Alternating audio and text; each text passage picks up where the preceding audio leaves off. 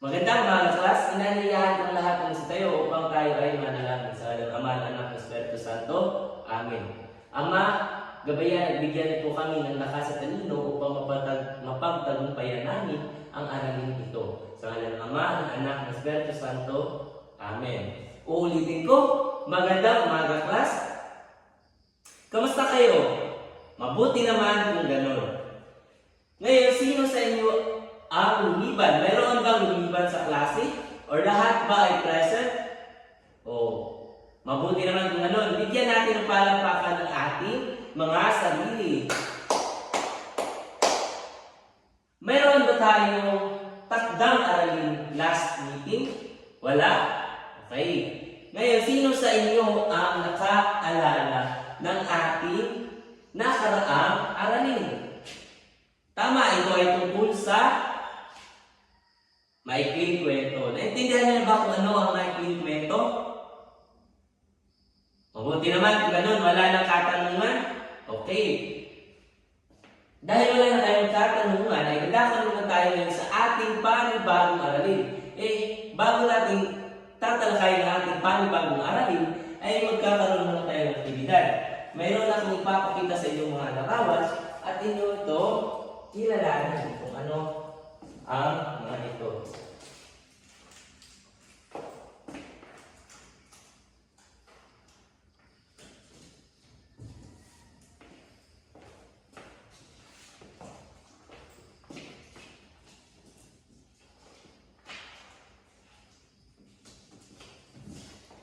Ngayon, class, unang larawan, ito ay isang pusa. Pangalawang larawan, ito ay isang isda. At madalas natin nakikita ang isda saan? Tama, sa tubig. At ano ang patay yung gagawa ng isang isda? Sila ay lumalangoy. Pangatlong larawan. Tama, ito ay isang aso na tumatahol. Then, ang pang-apat na larawan, ito ay isang ibon na umaawi. So, sa tingin nyo, may idea ba kayo kung ano ang ating susunod or ano ang paksa ng ating susunod na aralin? Tungkol sa mga hayop? Ano pa? Tama! Ang ating susunod na aralin ay tungkol sa pabula. Ngayon, ating kilalanin kung ano nga ba ang pabula.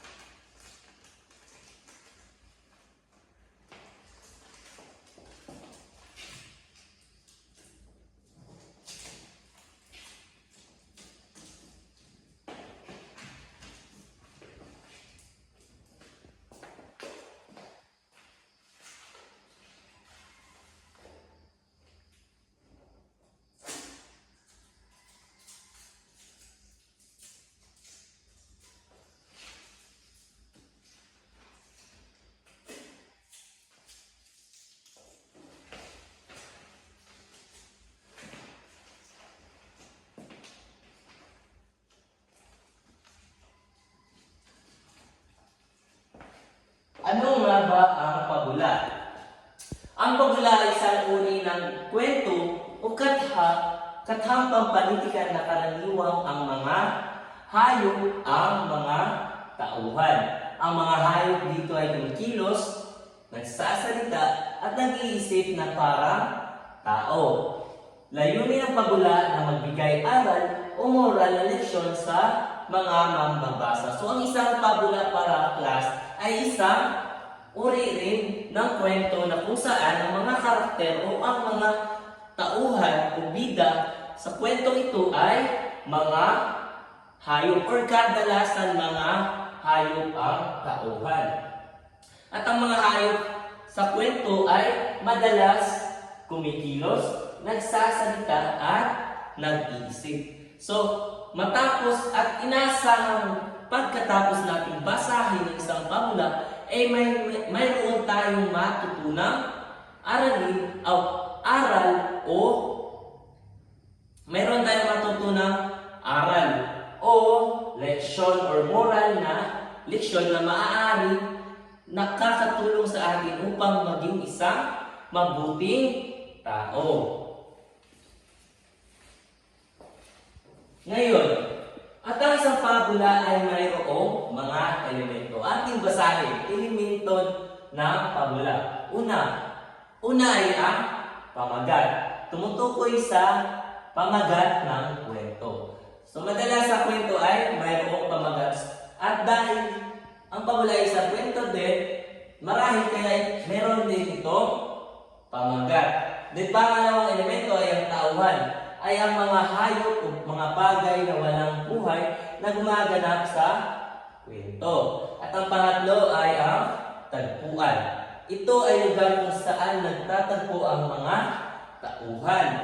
So, ang tagpuan ay dito nagtatagpo ang mga tauhan sa kwento. And then, banghay.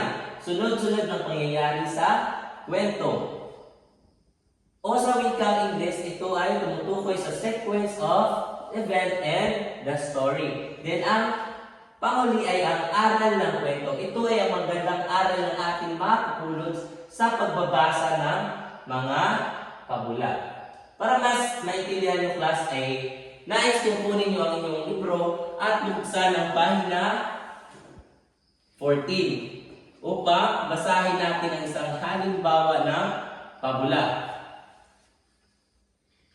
Ang pamagat ng ating babasahin pabula ngayon ay ang kuneho at ang pagong.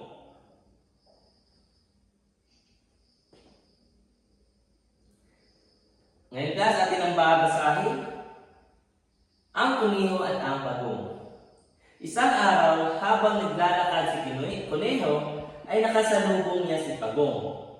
Palibhasa, makupad, maglakad ang pagong, kaya pinagtawanan ito ng kuneho at nilibak. Ika nga nito, napakaiksi ng mga paa mo pagong, kaya ubod ka ng bagal maglakad. Wala kang mararating yan, at sinundan iyon ng mga malutong na tawa. Labis na insulto ang pagong sa mga sinabi ni kuneho. Para patunayan ang pagkakamali ito ng akala, ay hinamon niya ang kuneho.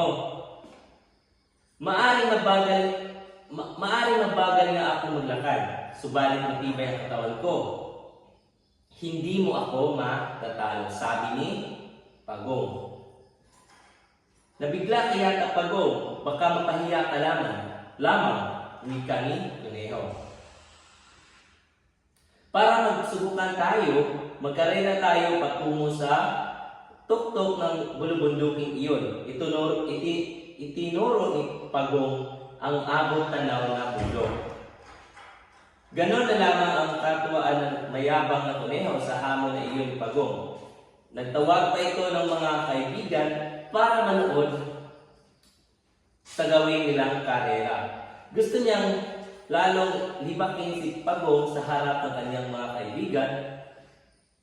Oras na matalo niya ito. Nakabaligid sa kanila ang mga kaibigang hayop, si Matsing at nagbilang parang pag-umpisahan ang paligsahan. Handa na ba kayo? Makasabay ng tumugon sina Pagong at Kuneho. Handa na si Kuneho. Isa, dalawa, takbo. Isa, dalawa, tatlo, takbo. Sigaw ni Maxim. Magkasabay niyang humakba ang dalawa mula sa lugar na pag-uumpisahan. Mabilis na nagpalundag-lundag si Kuneho. Halos sa daling minuto lamang ay naroroon na siya sa paanan ng bundok.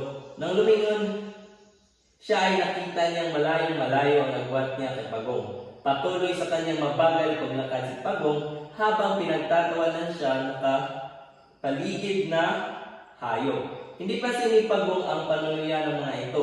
Patuloy siya sa lakad, wala siyang lingon-lingon. Samantala si Kuneho ay halos mainip sa paghihintay na makita si Pagong sa kanyang likuran. Ilang ulit na ba siyang nagpahinto-hinto pero wala ni anino ni Pagong. Palibhasa malaki ang tiwala niya sa sarili. Alam niya ang kakayahang tumakbo ng mabilis. Ipinasya niyang maidip muna nang makarating niya sa kalagitnaan ng bundok. Total, nakatitiyak naman siya na ang panalo. Patuloy naman sa kanyang mabagal paglalakad sa Pagong paakyat hanggang sa marating niya ang kalagitnaan ng bundok. Naraanan niya si Kuneho na hindi niya natutulog at malakas na naghihilik. Nilampasan niya ito at nagpatuloy siyang paglakad hanggang sa marating niya ang hangganan sa kanilang karera. Nang magising naman si Kuneho, ay muli itong tumingin sa ibaba ng bundok, subalit hindi pa rin makita si Pagong. Umanda na siyang maglakad muli paakyat ng bundok, subalit ganoon na lamang ang gulat niya nang matanaw si Pagong na naroon na sa tuktok ng bundok. Naunahan na pala siya ni Pagong. Okay, base sa ating pabulang binasa, sino-sino ang mga tauhan nandito? Sina? Pagong at Kuneho, matching at mga hayop na nakatingin sa kanila habang nagkakarera. At sa tingin niyo, saan ang tagpuan? Sa kabundukan at ano ang pamagat ng kwento?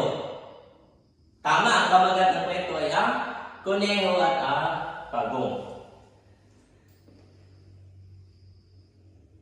At ang pagkasunod-sunod na pangyayari ay una, nagkatagpo sila sa isang kagubatan, matapos ay nagkakamala ng magkakarera hanggang sa natalo si Kuneho dahil siya ay masyado kampante. At ngayon class, matapos basahin ang ating pabulang binasa, ano ang iyong aral na napulot? Okay? Tama?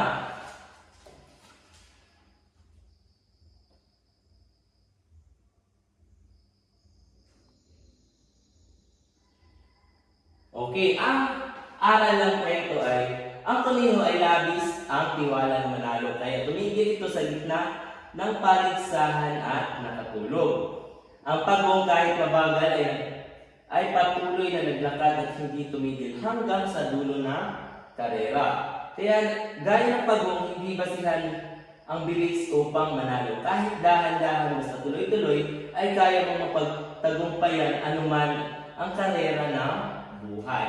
Yun ang nais na iparating na aral sa binasa nating kwento. Ngayon class, naiintindihan niyo na ba kung ano ang pabula at ano ang elemento ng pabula? Tama. Okay? Kung naiintindihan niyo na ang ating aralin ngayon, sagutan niyo ang mga sumusunod.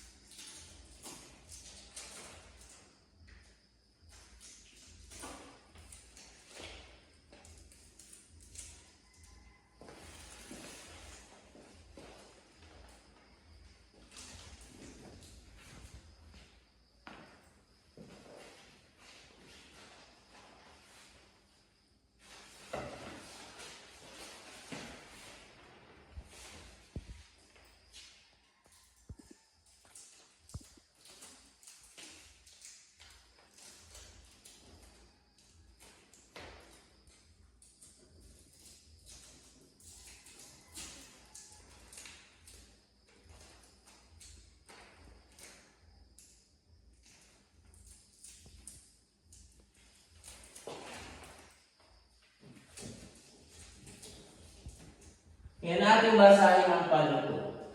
Bilugan ang tamang sagot.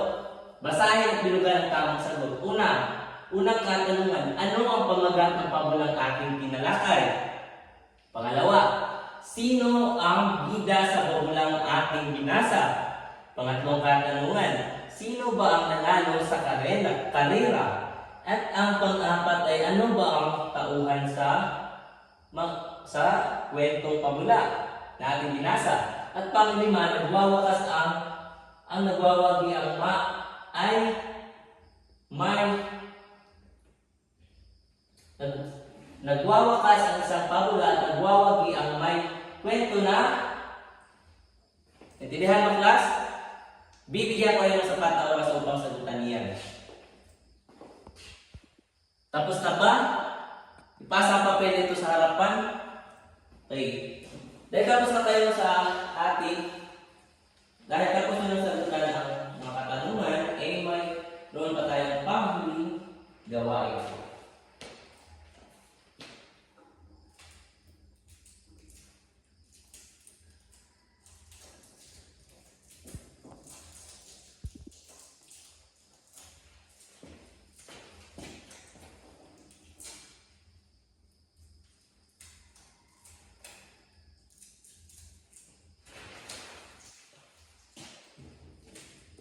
Sa ating pagtataya, sagutan ang bawat kulong. Base ito sa ating binasang pabula na ang pamagat ay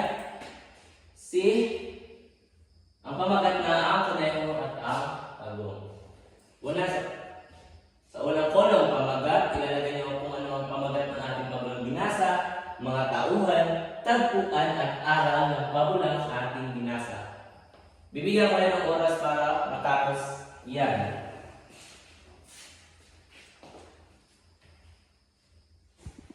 Tapos na ba, class? Ipasa yung mga papel dito sa harapan. At yun lamang sa ating aralin ngayon. At sana mayroon kayong natutunan sa ating aralin. Nais kong magsitayo ang lahat para sa ating closing prayer. Sa ngalan ng Ama, ng Anak, ng Espiritu Santo. Amen. Ama, maraming salamat po dahil napagtagumpayan namin ang aralin na ito. Sa ngalan ng Ama, ng Anak, ng Espiritu Santo. Amen. Yun lamang, class. Goodbye and thank you.